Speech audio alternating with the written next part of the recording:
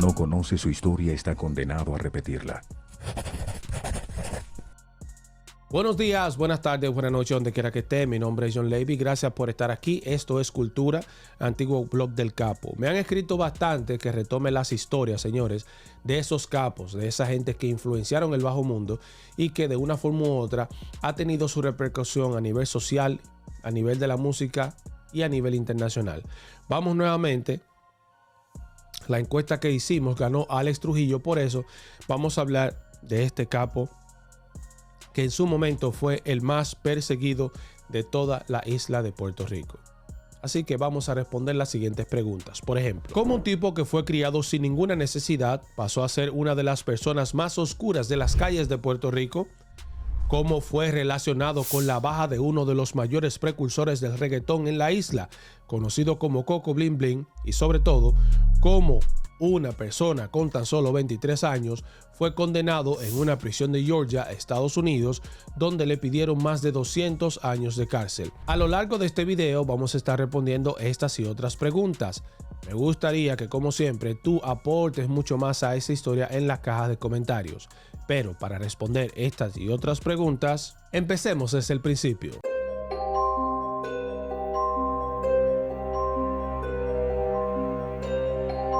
¿Quién era Alex Trujillo? Alexander Capo Carrillo, aka Alex Trujillo, nació el 23 de abril de 1983.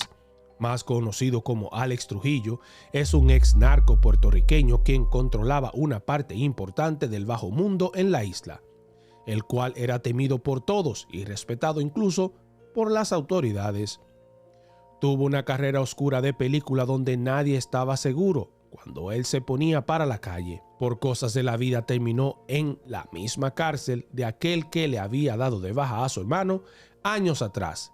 Y no creerás lo que pasó a continuación. Guarda esta información para más adelante. Alex Trujillo es hijo de Luis Alberto Capo, dueño de una licorera, y Carmen Aida Carrillo, como escucharás a continuación. Fui un joven que, ¿verdad?, desde muy temprana edad comencé a tomar malas decisiones en mi vida. Comencé a estar en el mundo del narcotráfico a la edad de los 14 años, comencé a operar mi primer punto, pero comencé a conocer ese mundo a la edad de los 12 años. Pues mira, mi infancia, si me pregunta de las cosas más lindas que yo he podido vivir en mi vida, fue mi infancia, porque pues crecí en un hogar donde mi mamá me llevaba al colegio, me buscaba, me hacía comida, se sentaba conmigo a hacer asignaciones, un hogar lleno de amor, de atención. Mi papá trabaja los 7 días a la semana para tenernos una urbanización con control de acceso, piscina. Verdaderamente pues mi infancia fue una infancia hermosa. Como escuchamos en el video, inició su vida en el bajo mundo apenas a los 14 años, pero desde los 12 ya tenía la mentalidad de ser grande en el bajo mundo, traficando sustancias en el residencial Manuel A. Pérez en Atorrey, una zona muy caliente y reconocida por el bajo mundo en San Juan, Puerto Rico. Posteriormente, Trujillo amplió sus operaciones al residencial Nemesio Canales. Según el caso Estados Unidos versus Rodríguez, poco después de la baja de dos capos, uno apodado Bebé y otro apodado Trumpy, en el residencial Covadonga, y la huida de la zona de otro apoyado Casi, Trujillo se unió al cuñado de Bebé en la dirección del tráfico de sustancias en toda la zona. Cuando Trujillo tenía 16 años, su hermano mayor, Polanski Capo, fue quitado a los 21 años de edad, específicamente el 18 de mayo del 2000. Todo esto fue en represalia por la profesión de su hermano, el cual, al no poder llegarle a él, decidieron quitar al hermano. Trujillo evadió la justicia y estuvo entre los más buscados de PR, pero fue detenido el 5 de diciembre del 2006. Por los hechos cometidos fue condenado en junio del 2007, tras declararse culpable durante ese año, específicamente en marzo.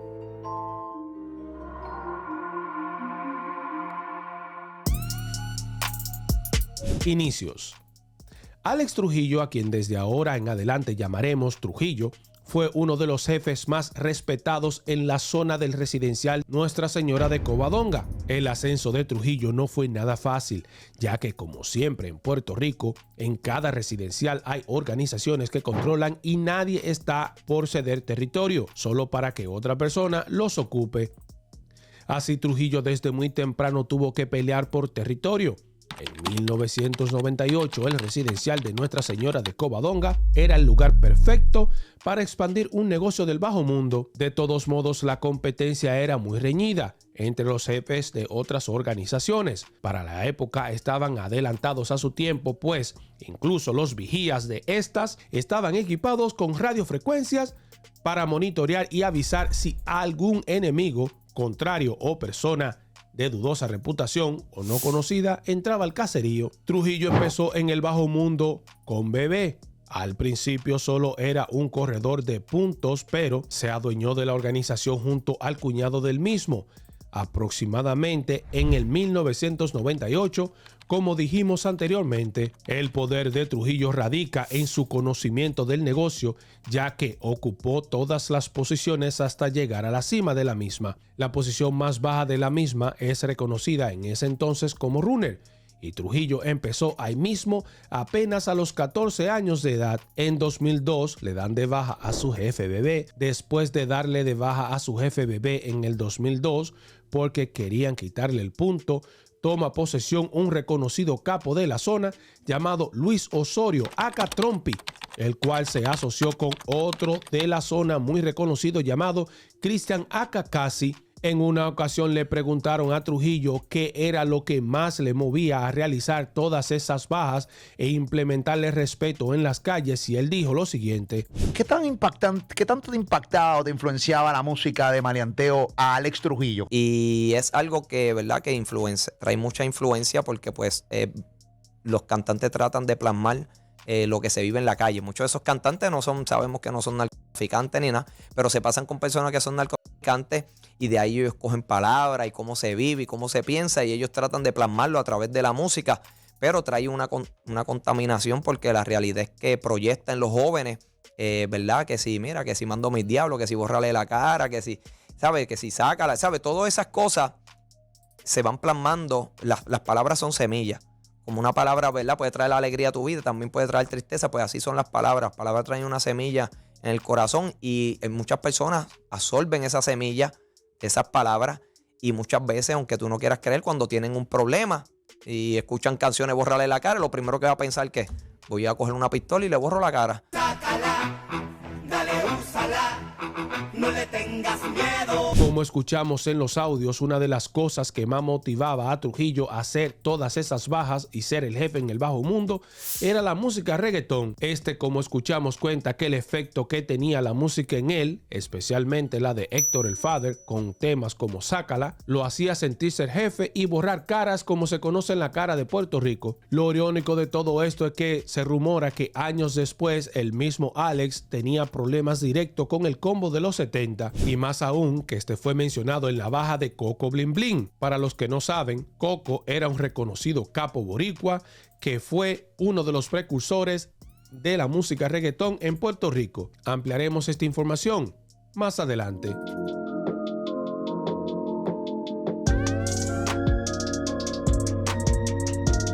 Ascenso. Trujillo no se quedó fuera del negocio por mucho tiempo, y aunque tuvo una baja considerable ya que le habían dado de baja a su hombre fuerte y que era técnicamente el jefe Bebé, tuvo que arreglársela para salir adelante. Trujillo mantuvo un perfil bajo durante un tiempo. Los bichotes de Alaria se mantuvieron en problemas con Casi y Trompi. Le dieron de baja a Trompi y expulsaron a Casi del residencial Covadonga. Feliciano y Trujillo aprovecharon la oportunidad y volvieron al juego, al formar un punto en la misma área donde estos tenían el suyo. El negocio prosperó mucho. También muchos contactos que traían las sustancias desde Centroamérica por Haití a Puerto Rico. Se rumorea que incluso en Puerto Rico el negocio prosperó. Tenían muchos contactos en distintas partes de Latinoamérica. Incluso se rumoró que tenían contactos fuertes que entraban la sustancia a República Dominicana por Haití, y hasta que en Cuba tenían relaciones con personas de algunos puertos. Algo característico del negocio de estos era que tenía un envoltorio en papel aluminio azul para las sustancias fácilmente reconocibles por las personas, pero también por las autoridades. Y esto es lo que provoca muchas veces que estos personas del bajo mundo caigan, que se confían, empiezan a tener una marca característica de su producto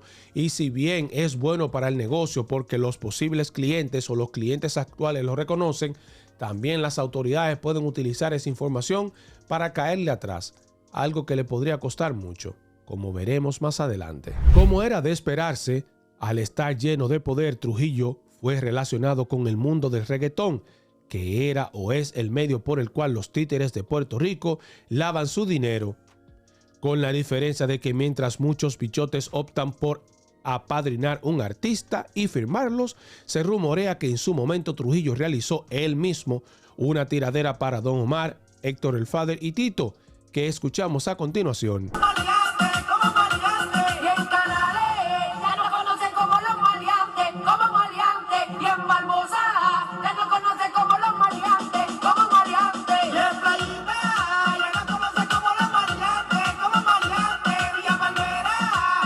Esta canción se le atribuye a Trujillo, pero en verdad no fue el mismo que la escribió y cantó. Esta canción algunos aseguran que fue producida y cantada por John Doe, de la ganga Los Musulmanes, del sector Rosaleda. Pero dime tú en los comentarios si crees que esta es la voz de él o de otra persona. Además se comenta que Trujillo tenía problemas personales con el coro de los 70, como mencionamos anteriormente, representado en ese momento por Héctor el Father, y fue uno de los que supuestamente en su momento logró doblarle el pulso en su ascenso, que no había quien se le parara enfrente al sangre fría de Alex Trujillo. Aunque Trujillo ya se encuentra en uno de los momentos más altos como capo, sentía algo que no andaba bien. Incluso cuenta que aunque andaba con su combo, ya no sentía la necesidad de quitar personas, vidas, como antes, como vemos en el siguiente video. Nadie sabía que este hombre estaba orando a Dios, nadie sabía que este hombre está diciendo a Dios que no quería más guerra. Una vez yo vine y tenía, ¿verdad?, que entrar por un residencial de unos enemigos. Y tú puedes creer que antes de ellos, ¿verdad?, entrar al residencial, tú vas a entrar a un residencial donde están enemigos tuyos. ¿Para qué entraste? Tenías que entrar para hablar. No. Era para, ¿verdad? Para jugar billar, para confrontar, ¿verdad? Las guerras que habían. Pero tú lo tenías bien puesto. Y tú puedes creer que antes de yo entrar para el residencial, en mi corazón, yo no quería hacerle daño a nadie. Y yo me arrodillé, te lo digo ante los ojos de Dios, me arrodillé. Y yo le dije, Señor, que cuando entremos, Señor, nosotros no tengamos que quitarle la vida a nadie. Salgo de la oración, de arrodillarme, porque en mi corazón yo no quería hacerle daño a nadie. Mírate esto. Mírate esto. Es que mírate esto, me arrodillé, oré. Cuando nos vamos a montar en los carros, le digo a los amigos míos, si yo no tiro, ninguno va a tirar. Tú estás hablando que estamos un montón de personas y le estoy diciendo, cuando tú entras por un residencial, tú estás entrando a un residencial donde están enemigos tuyos. Y yo le estoy diciendo a ellos, si yo no tiro, ustedes ninguno va a tirar. Tú puedes creer que entramos, no tuvimos que hacerle daño a nadie, tiramos a la gente al piso, no se le hizo daño a nadie y nos fuimos. Todo era por un payaso, por aparentar que yo verdaderamente, ¿sabes qué? Me tenían que respetar para que vieran que yo me entraba para dentro de los caseríos, pero la realidad es que dentro de mi interior yo no quería vivir así, yo no quería vivir ese daño, pero estaba viviendo un payaso, una ficción. Todo ser humano que cree un personaje dentro de sí. La realidad es que la Biblia dice que el hombre fue creado a imagen y semejanza de Dios. Todo el que está en el bajo mundo, en principio, lo más que quiere es hacer dinero. Es algo extraño que alguien que se encuentra en lo más alto de una organización e incluso llamado jefe de jefes se encuentre esa cosa por la que tanto luchó como repulsiva. Hablamos del dinero. Él en esta entrevista menciona cómo le hacía sentir el dinero en ese momento de su vida. Todo el día tú estás en una maquinación constantemente pensando cómo cuidarte o cómo hacer el mal. Y obviamente yo sé la respuesta, pero te la tengo que hacer. ¿Realmente tú entendías que eso era vida? No, eso no era vida hasta que verdad que ya tenía tantos problemas que realmente me sentía, era infeliz. Un día me llevaron a mí creo que eran como $40,000, me dijeron que los contara y cuando lo fui a contar sentía asco, no podía tocar el dinero. Y yo no le digo a la persona, yo le digo, cuéntalos tú. Y me dice, no, ya yo los conté, cuéntalos tú. Y a mí me daba tanto asco que no los podía ni tocar. Y mandé a buscar un predicador para que orara por mí, porque yo pensaba que me estaba volviendo loco. Y era que el Espíritu Santo ya estaba trabajando en mi vida, mostrándome cuán infeliz yo era, aún teniendo lo que muchas personas, ¿verdad?, quisieran tener. En ese tiempo, pues yo mandaba más de 8 residenciales y cargaba con mucha culpa dentro de mi corazón. La vergüenza que le causé a mis padres desde la muerte de mi hermano era una vergüenza constante en mi conciencia, en mi mente. Y vivía totalmente infeliz. Muchas personas querían estar en mi posición y yo me sentía tan vacío. Aunque las autoridades de Puerto Rico han hecho lo posible por luchar contra el narco, su condición de Estado libre y asociado le ha dado una ventaja al bajo mundo, ya que ellos se han valido de esta ventaja para utilizar las insignias de los Estados Unidos como propias para su negocio del bajo mundo. Por ejemplo, las lanchas que los capos boricuas utilizan o pueden utilizar para el trasiego de sustancias lo hacen no con la bandera de Puerto Rico, sino con las marcas y la bandera de los Estados Unidos, lo cual le permite mucho más acceso a Venezuela, Colombia y toda Centroamérica, que es donde exportan el estupefaciente. ¿Cómo ocurrió todo esto? Bueno, la isla de Puerto Rico puede utilizar las insignias de Puerto Rico porque la historia cuenta que Puerto Rico fue descubierta en el segundo viaje de Cristóbal Colón al Nuevo Mundo. Durante 400 años España la gobernó. A finales del siglo XVIII el imperio español declinaba y con ello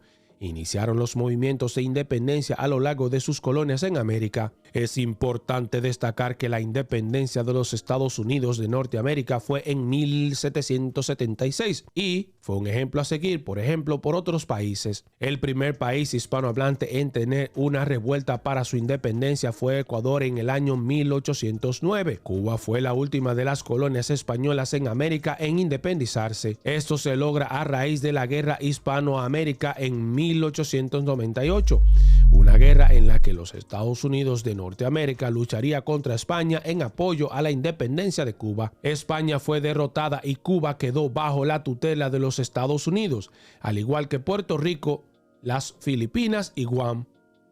Los colonizadores de los Estados Unidos entraron en la historia puertorriqueña al entrar en guerra con España e invadir y conquistar la isla el 25 de julio de 1898. Todo esto sucedería durante la guerra hispano-estadounidense. El Trato de París, firmado el 10 de diciembre de 1898, dio por finalizada la guerra hispano-estadounidense y por entonces España abandonó sus demandas sobre Cuba, que declaró su independencia. Filipinas fue oficialmente entregada a los Estados Unidos por $20 millones. Guam y Puerto Rico, estas también se convirtieron en propiedades de los Estados Unidos. Se dice que Puerto Rico le costó completo a los Estados Unidos más o menos $5 millones de la época. Se podría decir de una forma u otra que estos son rumores porque no hay una cifra oficial. Si le preguntas a algunos boricuas te van a decir que sí, que 5 millones, otros te van a decir que 10, otros te van a decir que 20, otros te van a decir que la isla de Puerto Rico no fue comprada, pero si tú vas a los documentos oficiales, incluso aquí en el Congreso de los Estados Unidos, sí se realizó un pago en Francia en ese tratado con España, donde todas estas islas, incluyendo Puerto Rico, fue cedida a los Estados Unidos. Aunque durante las negociaciones España intentó incluir numerosas enmiendas, finalmente no tuvo más remedio que aceptar todas y cada una de las condiciones estadounidenses, puesto que había perdido la guerra y era consciente de que el superior poderío armamentístico estadounidense podría poner en peligro otras posiciones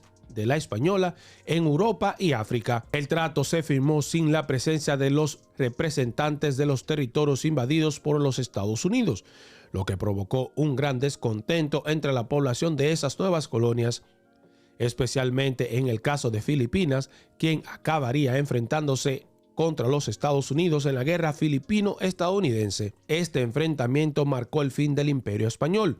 Cuba no cristalizó su independencia hasta 1902. Puerto Rico quedó constituida como un territorio estadounidense en 1917. La ley Jones fue aprobada, robándole a Estados Unidos la autonomía de los demás estados de la Unión, pero otorgándole la nacionalidad estadounidense a la gente nacida en el territorio de Puerto Rico. Siempre han existido diferentes posturas ante la situación política de ese país.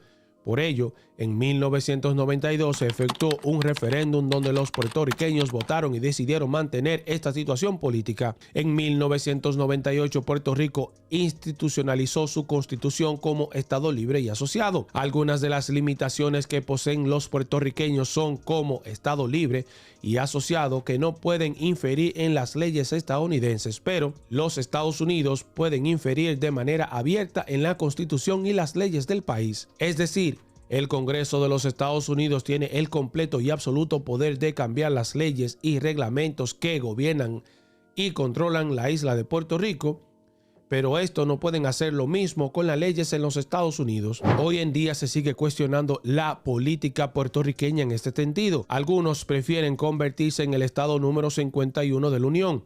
Otros prefieren independizarse como nación en ese país. Se requiere un nuevo referéndum para establecer un cambio en la situación política actual. Aunque a nivel político existe este vacío, esta ha convertido a la isla en un caldo de cultivo principal para los que actúan en el bajo mundo, pues con el acceso libre a los Estados Unidos y utilizar sus insignias, estos los han utilizado para beneficio propio, para exportar estupefacientes, entre otras cosas, desde Centro y Suramérica, ya que con su estatus de Estado libre y asociado, Puerto Rico le es más sencillo ingresar a los Estados Unidos, como por ejemplo, con facilidad utilizan el correo para enviar cargamentos y cargamentos de estupefacientes con destino a este país. Uno de los que supo aprovechar esta situación del país fue Trujillo, quien logró tener contactos en Colombia, México y otras partes de Centroamérica, que valiéndose de las insignias de USA, como dijimos anteriormente, transportaba sustancias desde estos dos países, las cuales la entraba a República Dominicana por Haití, luego la exportaba a Estados Unidos, Europa, aunque una parte importante de esas sustancias se quedaban en la isla para consumo local y venta. Así el negocio llegó a niveles muy buenos para ellos, hasta que desde el 2 de enero de 1993 hasta el 2 de enero del 2001 gobernó en Puerto Rico Pedro Rosselló e inició algo que en Puerto Rico lo llamaron mano dura contra el bajo mundo. Esta consistía en una política pública que buscaba eliminar organizaciones como la de Trujillo. Esto incluía, entre otras cosas, penas más severas para los que estaban en el bajo mundo, perseguir las gangas, desarticular los puntos, perseguir los bichotes, entre otros. Todo concentrado en los caseríos y los residenciales públicos, donde se encuentra la masa pobre del país. Aunque esta ley tenía buena intención, tenía el gran problema de solo sacar de circulación a los pobres del país, pero dejaba a los eslabones más fuertes básicamente operando como si nada. Gente como Trujillo permanecía intocable y cada soldado que caía era fácilmente sustituido por otro, ya que ayer como hoy muchos jóvenes veían y ven el bajo mundo como la única manera de salir adelante y como un estilo de vida. Lejos de debilitarlo, esto llevó a que muchos dueños de puntos se debilitaran ellos mismos, pero no a él, y otros más grandes como él lograban llenar este vacío de poder en estas plazas. Para el que no es de Puerto Rico, no entiende que para lograr controlar un caserío debe ser un tipo verdaderamente inteligente y guapo, ya que una sola organización o un solo caserío puede tener múltiples organizaciones. Trujillo no solo controlaba su caserío, sino que gracias a las leyes como esta logró controlar 8 simultáneamente, aunque las autoridades aseguran que no eran 8 sino más de 14 las zonas controladas por él. Lo malo de este tipo de cosas es que PR se volvió la capital de las bajas del Caribe, solo detrás de países como Honduras en ese entonces.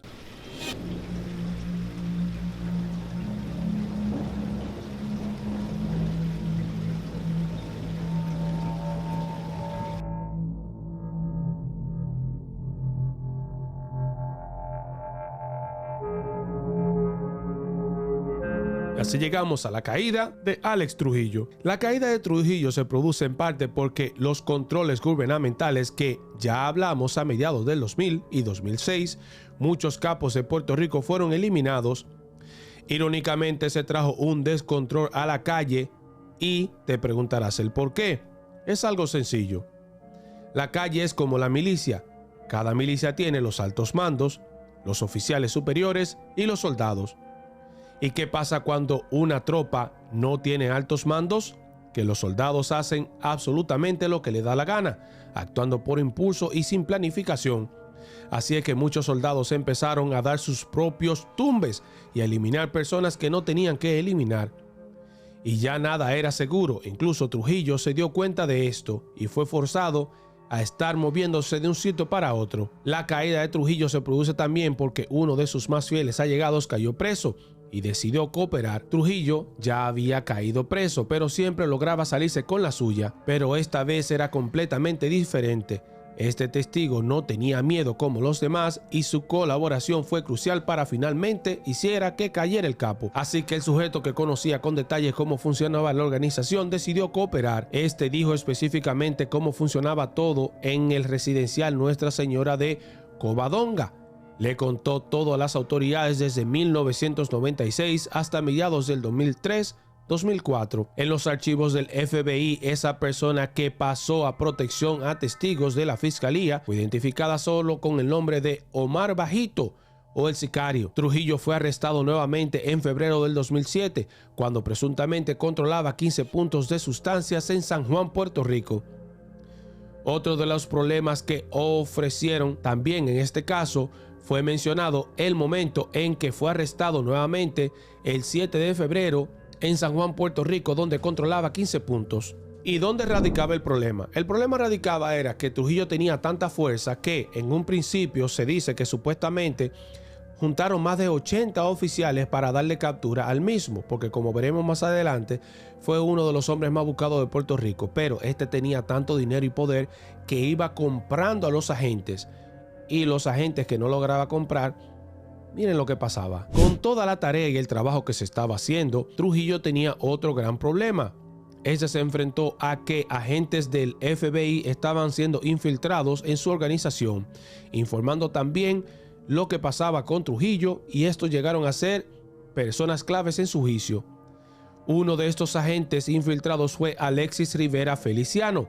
En el 2013 fue dado de baja por la organización de Trujillo. El periódico Primera Hora de Puerto Rico lo reseña de la siguiente manera: imponen sentencia de cadena perpetua a 2 acusados de tráfico de sustancias.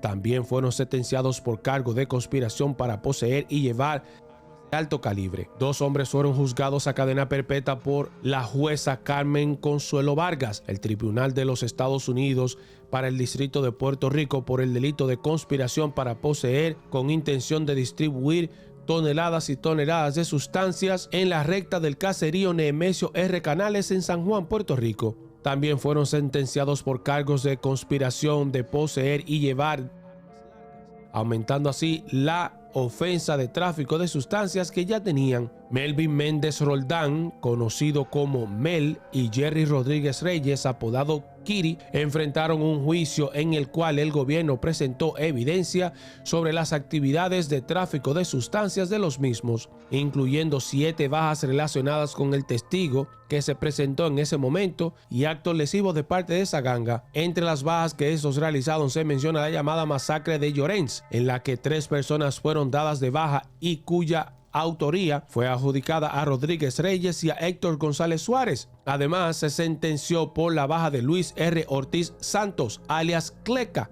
quien fue quitado en venganza por ser novio de una informante federal quien testificó en la corte contra los mismos. El gobierno además evidenció que la baja de Alexis Rivera Feliciano, conocido como Pata de Palo, fue a manos de Méndez Roldán y Alexander Capo Corrillo, mejor conocido como Alex Trujillo, ya que según la acusación que sospechaban, estos habrían tomado la decisión de quitar al sujeto porque estos sospechaban que era agente federal y en realidad lo era. Méndez Roldán había sido exonerado de la baja de Ricardo Morales Suárez, conocido como el trompetista. Las fiscales federales asistentes Lilianis Rivera y Carmen Márquez estuvieron a cargo del proceso, mientras que las investigaciones fueron coordinadas por la oficina del FBI en San Juan. Los acusados José L. Cabrera Cosme, alias Luis Villalobos, y Héctor González Suárez, alias Palomo, serán sentenciados en enero y febrero del 2011 respectivamente. Con la sentencia ante estas personas hemos logrado una comunidad más segura y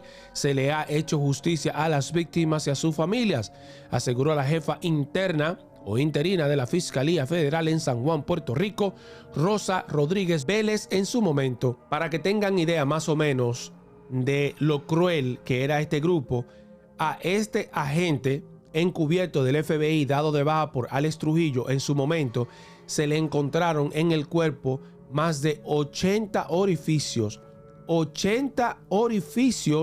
armas largas como AR-15, AK-47 y como 3 armas más.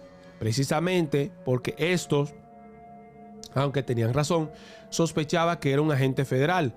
Pero usted sospechar o saber que alguien es un agente federal y usted hacer de todos modos eso, es porque usted o está loco o se cree que tiene mucho poder. Y en algún momento él mismo pensó, Alex, que estaba loco, como veremos más adelante. A la gente Alex Rivera lo fuletearon como se conoce en Puerto Rico. Hay un fuerte rumor de que Trujillo tuvo que ver en la baja de José Coquito López, el legendario bichote que fue uno de los que más impulsó el reggaetón en Puerto Rico. Fue uno de los pocos que logró colocar a Daddy Yankee y a Don Omar en la misma tarima. Si no has visto este video, te recomiendo que entres al canal. Abajo en la descripción hay un link donde puedes ir luego de ver este video a verlo, o entra a la lista de reproducción Puerto Rico. Ahí lo podrás ver. Ya en ese entonces Trujillo era una de las personas más buscadas en Puerto Rico, donde se ofrecía solo por información más de $14,000 a cualquiera que diera información buena. A Trujillo lo lograron atrapar en Cubadón, en el residencial Trujillo Alto, debajo de una cama. Tenía solamente 23 años de edad cuando fue apresado por las mismas. Se dice que al momento de su captura tenía una Biblia en la mano y constantemente estaba rezando. Las autoridades pedían para él más de 200 años de cárcel en una prisión de máxima seguridad de los Estados Unidos, pero sus abogados lograron reducir las condenas de manera significativas. Los cargos de las bajas que realizó en primer grado fueron tratadas en segundo grado.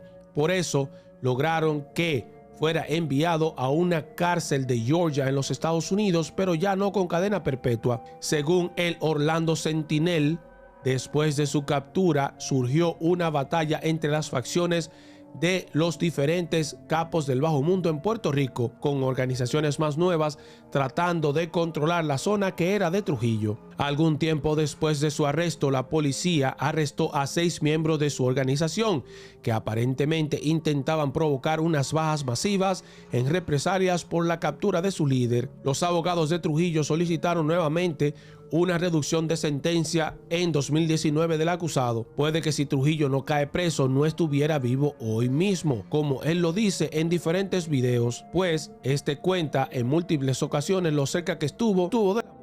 Como veremos en el siguiente video, Trujillo en ese entonces se convirtió al cristianismo y en ese entonces dijo que era una persona recién nacida. Después de sufrir tanto, ya que, como dijimos anteriormente, su hermano fue dado de baja, que nada tenía que ver con el bajo mundo, solo porque no podían llegarle a él. A su padre le quemaron el negocio en más de una ocasión e incluso dijeron que poseía armas largas que en realidad no era él, eran de Alex, pero su padre, por no tirarlo para adelante, dijo que eran propias. Llevaba consigo una Biblia, como mencionamos anteriormente, el día de su arresto. Pero esto fue de corazón, ya que al ser encarcelado pidió una reunión con el líder religioso, el pastor Edgardo Abreu. Apenas entró a la cárcel, inició reuniones semanales con el líder religioso y supo que, entre otros reclusos cercanos a él, se encontraba el político puertorriqueño Jorge de Castrofón. Los dos comenzaron a reunirse todas las noches y empezó su transformación. Hay múltiples cosas que demuestran que Trujillo verdaderamente se arrepintió y que decidió cargar su vida, o que decidió cambiar su vida. Recuerda que te dije que al principio del video guardara la información de qué había pasado con la persona que le dio de baja a su hermano por represalia porque no podían llegarle a este. Veamos. Más tarde, Trujillo fue trasladado a la institución correccional federal Joseph en Joseph, Georgia, donde se encontró con el hombre sentenciado por la baja de su hermano Polanqui en el 2000. Los dos se abrazaron y Trujillo supuestamente le pidió perdón en caso de que alguna vez atentara contra él. y le dijo que le perdonaba la baja de su hermano Polanski. Trujillo ha escrito cartas a las escuelas puertorriqueñas para aconsejar a los estudiantes que se mantengan alejados del negocio de las sustancias en general y para pedir perdón por las bajas cometidas contra la comunidad. Es un predicador cuyo testimonio cristiano ha aparecido en varios medios de comunicación, incluso en YouTube. Trujillo obtuvo su libertad condicional el 2 de noviembre del 2021 y habla más o menos en el siguiente video de su encuentro con el Señor, como vemos a continuación. Otra, porque simplemente es que el Señor en sí te llamó y tú lo sientes en tu corazón. Amén. Bueno, mi encuentro con el Señor fue que Dios me estaba pasando, cuando estaba prófugo, me estaba pasando un proceso en el cual yo empecé a depender de Dios cuando para poder dormir tenía que poner música cristiana. Comencé a leer la Biblia porque necesitaba paz, no tenía paz en mi corazón, no tenía paz en mi conciencia, y esas experiencias fueron las que me llevaron a los pies de Cristo. Ya para finalizar, ustedes saben como reflexión que siempre hacemos en este canal, agradeciendo a todas las personas que se suscriben al canal de YouTube, es que miren, en este trabajo que yo hago, que me toca toparme con muchos capos, mucha gente del bajo mundo, gente mala, gente buena, siempre digo lo siguiente: cambien esa vida. Tomen estos videos como un medio para hacer algo bueno con esta, no para meterse más en el bajo mundo, porque lamentablemente la figura del capo, la figura del bichote, la figura del bajo mundo trae a que los jóvenes piensen qué es lo que hay y se quieren hacer los fuertes. Yo he visto muchos videos de esto y veo como gente en la cárcel dice: cuando estás frente a un juzgado que te van a sentenciar a 200 años, nadie está a tu lado, solamente tú. Algunas veces solamente tu madre o tu abuela está ahí. Tomemos esto como consejo y levantemos las manos, levantemos los pies y el corazón para que más jóvenes se salven y no caigan en este bajo mundo. Toda la semana vamos a estar haciendo encuestas, vamos a hacer más videos de esto porque lo han pedido. John Levy, retoma los videos de los capos con el mensaje positivo que tú das al final. Pues vamos a estar haciendo mucho más videos de esto. Así que en la caja de comentarios déjame saber de qué otro bichote de Puerto Rico o capo de los Estados Unidos, de México, de República Dominicana, de Centroamérica, de cualquier otro país te gustaría que habláramos. Solamente deja el nombre de la organización en comentarios y yo, con mi equipo, que tengo un equipo de más de 3-4 personas que me ayuda con esto, vamos a estar trayéndote más información. Muchísimas gracias por suscribirte, comentar y compartir. Recuerda ampliar estas y otras informaciones en johnlevy.com. Las noticias como son. Pero sobre todo, muchísimas gracias por tu like, comentar y compartir. Mi nombre es John Levy, analista político. Si quieres ver las noticias totalmente sin censura, ingresa tanto a mi grupo de Telegram y de WhatsApp. Los links están en la descripción. Ahí subimos noticias de todos lados, pero principalmente absolutamente sin censura. Buenos días, buenas tardes, buenas noches, donde quiera que esté. Un abrazo grande y hasta pronto.